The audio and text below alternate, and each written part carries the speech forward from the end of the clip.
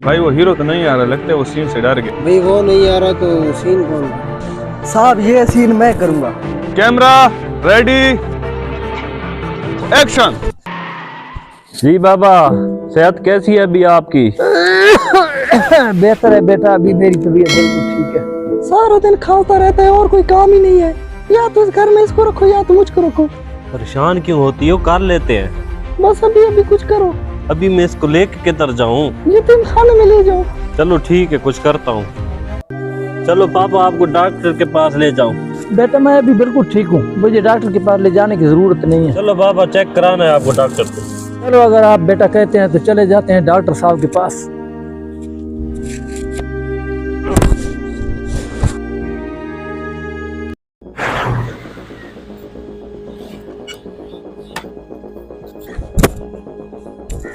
अस्सलाम वालेकुम। छोटे क्या वालेकुम सलाम, क्या हाल है?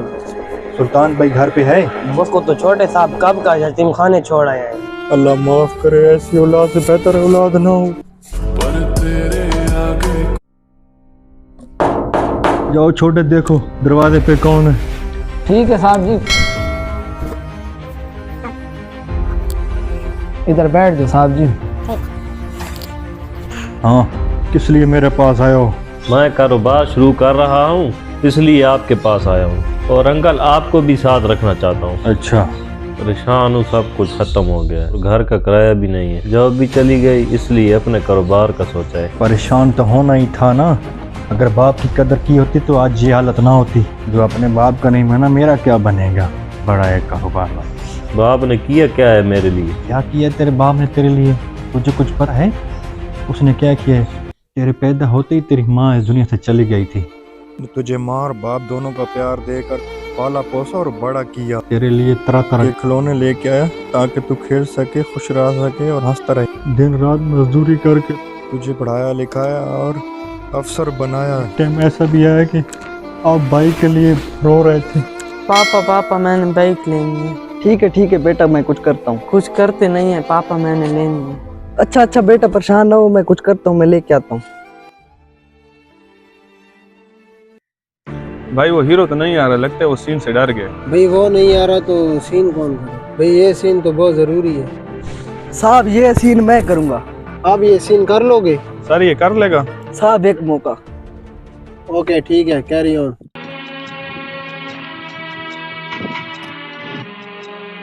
Okay, camera ready, action.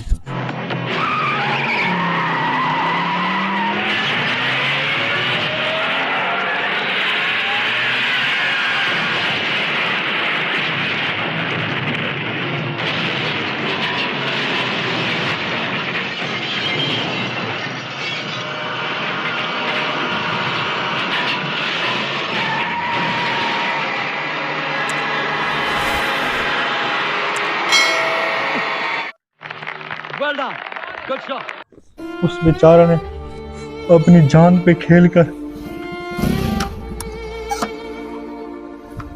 ये लो बेटा बाइक की चाबी।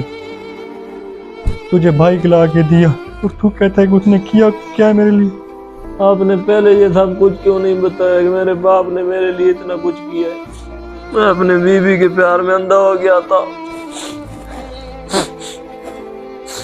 अंकल, मुझे माफ कर दो। ठीक है बेटा, जितना जल्दी हो सकता है जाकर अपने वाले साहब को मना के ले आओ। इस उम्र में उसको जलील ना करो। और ठीक है अंकल, मैं अभी जाता हूँ, बाबा को घर लेके आता हूँ। बीवी की बातों में आ गया था। ठीक है, मैं जाता हूँ, बाबा को मना के जितना लाता हूँ। जल्दी हो तो ले आओ उस बेचारे ठीक है को। बाबा। अस्सलाम वालेकुम। जी वालेकुम सलाम।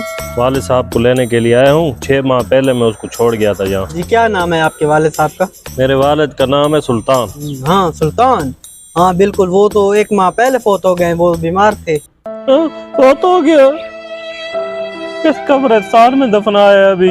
कौन सा नाम है कब्रिस्तान का? वो पीछे कलमा चौक वाला कब्रिस्तान है ना, जो उसमें है, नई कब्र है, इधर जाओगे तो। चलो ठीक है भाई।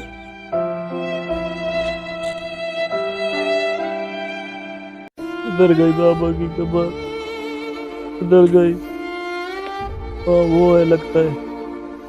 खुदा के लिए जिनके वालिदैन जिंदा हैं और वो आपसे किसी वजह से नाराज़ हैं तो अभी से उनको मना लो। इन वालिदैन की दुआओं की वजह से ही आपके घर में बरकत रहती है और आपका घर खुशहाल रहता है।